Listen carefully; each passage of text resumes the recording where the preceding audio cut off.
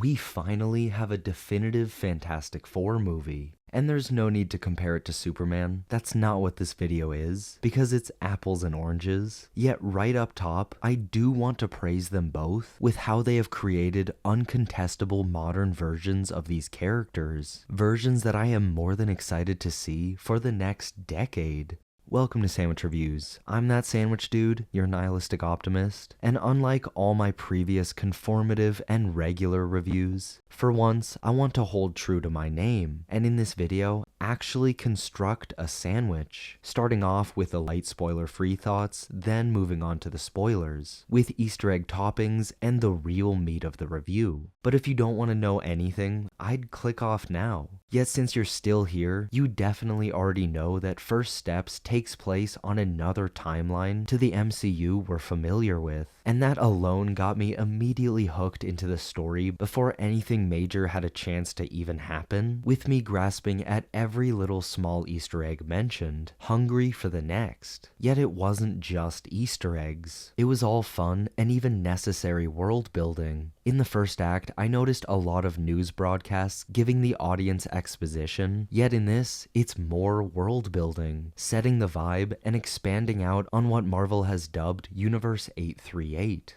No matter what, I was always gonna want more stuff set in First Steps' day-to-day life, and aside from one that gets a surprising amount of play, no other Fantastic Four villains are actually seen. And there's a couple featured characters that do give dimensions to the, at times, lifeless crowds of bystanders throughout. However, from those bystanders populating the streets, to the Art Deco world and technology, to the titular family itself, I feel we got just enough. With the main four, everyone's got their thing to do, maintaining forward momentum with whatever the narrative was following. Comparatively, Ben doesn't have much and feels left out at times, but that's only relative to the others who have tons. But the feeling of belonging and togetherness is where it really shines, not just with an immediate sense of the four being a family, with Reed and Sue having this chaotically organized relationship, and Ben and Johnny there as the older brothers we all wish we had, but with that sense of family being the driving theme in the narrative. And that's all I can really say without getting into the rest of the spoiler-filled sandwich. Obviously, the VFX and cinematography are a cut above, but I'll bring that up in a bit. For now, I'll leave the spoiler-free section by saying if you're a fan of expansive superhero movies with strong filmmaking and themes, go check out Fantastic Four: First Steps.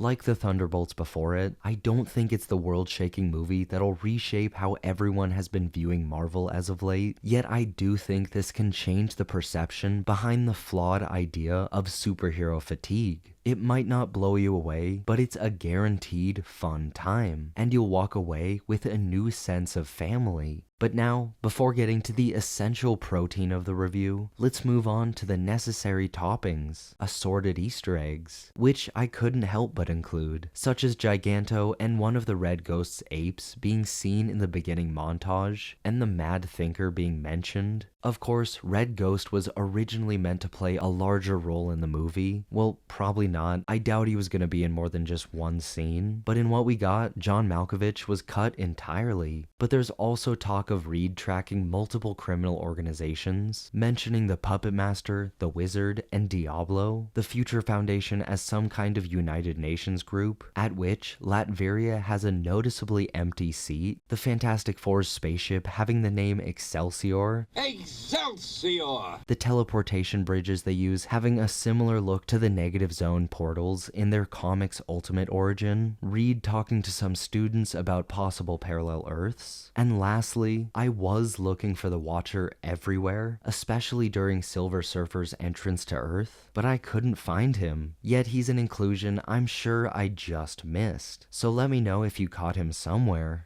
But now, let's move on to the overall look of the movie, that being the cinematography and filmmaking choices. Reminding me most of what a live-action Incredibles movie would have looked like, the timeless Art Deco nature of it all just made this world something special to behold. Plus, there's phenomenal sound design on top of it all, whether it be the futuristic beeps and boops of Earth, or the more cosmic things elsewhere. It all sounded great, except for one thing, but I'll get there. And the editing, especially for the first act or so, was just kind of off as well. For a nitpicky example, when entering Galactus's ship, the camera should have stayed with all of the characters, rather than just showing us the interior. Therefore, we would have been with them and felt the scale of it as we stepped off of the Excelsior. Though I definitely could have used more space stuff. Thanks to a similar tech to what the Jedi used in the prequels, the Four travel across the galaxy and bounce around a couple jaw-dropping landmarks. And VFX-wise, there were tons of creative and fun-looking uses of the Four's powers, for action scenes and for everyday uses. Yet there were a couple things I had problems with and ended up not loving. I think we were all concerned with how Reed's stretching would look, and it certainly wasn't the best, and I was personally hoping for him to be almost fluid and natural with his powers, stretching and flexing all over the place, in case it could subtract milliseconds from the task he was completing, because Reed's that analytical, but he doesn't do that much stretching in the movie, and on the rare occasions he does, his clothes stretch with him, which just makes the CG a little off. That or Johnny's clothing not catching on fire when he does. Sure, both of those could be explained away with their clothing all being designed by Reed and made from the same unstable molecules that make up their suits, and that was a clear choice that the filmmakers made, but it was off-putting. And speaking of off-putting, what was up with Johnny's bright blue contacts? Just looked wrong. But before I launch into a rant about why contacts should never be used in movies, and people should just accept that actors won't have the same eye color as the original character, let's just move to the villain. And for me, going in wanting to see Galactus most of all, I felt his looming presence weeks ago, and he somehow lived up to the hype. But for the regular audience member, a genuine sense of his looming antagonistic presence is allowed to have real narrative weight. From the second he's introduced in the second act, you know he's an unstoppable problem. Most of all, with him and his ship's design, what I really loved was the Lovecraftian cosmic enormity to it all, giving Galactus scale that aside from maybe the Eternals, shows us something Marvel hasn't put on screen before. I was just talking about this last week, about how studios shouldn't shy away from depicting the weirder of comic book stuff, and this is exactly what I meant. Just show the dumb thing with genuine sincerity and a good filmmaking eye, and people will probably think it's cool. Aside from a couple instances of telekinesis, Galactus doesn't do much proactive things, but that's also who Galactus is. But I think I could have just used a laser beam or two from him. I guess if more action was to be injected into the story, it could have been done with the Silver Surfer or another Herald, but I reread Galactus's first appearance before this, and I had a jarringly depressing thought that Galactus's guard dog, named the Punisher, would make an appearance for the rudimentary reasoning of more action. But I'm glad he wasn't included, and that Marvel is seemingly done with dispatchable CG blobs as temporary antagonists. Yet to circle around to that sound issue I hinted at earlier, I was a bit disappointed with Galactus's voice, which could have been more booming in my opinion, but that might have just been an issue with my small hometown's not ideal theater, because that might have been a different story if I went to see this on IMAX. And of course, seeing that the third act was Galactus stomping through New York, I could be angry and restate the same rant I always do at this point, but I'll bite my tongue. Though he is undeniably cool, drenched in flame, throwing off everyone like the ants they are. If you've seen my Thunderbolts or Brave New World or any other review of mine, you know I don't like it when the third act is shown in the trailer, but that's an obvious critique, and one that can be easily solved. I mean, it's by not watching the trailer, something I will never do because I am simply compelled to, but easily solved nonetheless. I'm also left with more than a few questions about Galactus, mainly just wondering when he's going to inevitably return, and whether or not he could play a role in Secret Wars, though that would overcomplicate a movie that's already too complex, so I wouldn't mind him just freezing it out until after the events of Secret Wars. Yet I'm still curious when and how we'll see Ralph Ineson's Galactus again, because I need to. But getting back to Secret Wars, I'm thankful effort and focus wasn't spent setting up the Avengers and Doomsday, but with the limited information us Marvel fans are working off of, I have to point out something. That being that across the multiverse saga, there's now 2 characters who have been brought back to life with the power cosmic, making me think, is Doom going to go around collecting these cosmically gifted beings to siphon them of their power? Who knows? But to wrap up this sandwich, how could I not end with the most important piece of all? The thematic through line that got me to notice the stellar script work early on, which was highlighting how, especially when having a child, but even with small things in your everyday life, nothing's going to change. Except everything's going to change. Yet so long as you're prepared for that adventure, that's okay. But what did you think of the MCU's first steps into the world of their Fantastic Four? Got any theories on how it'll all lead into Doomsday? Let me know your thoughts in the comments down below. And as always, thanks for watching. Make sure to leave a like, subscribe for weekly video essays and reviews, and enjoy a delicious sandwich.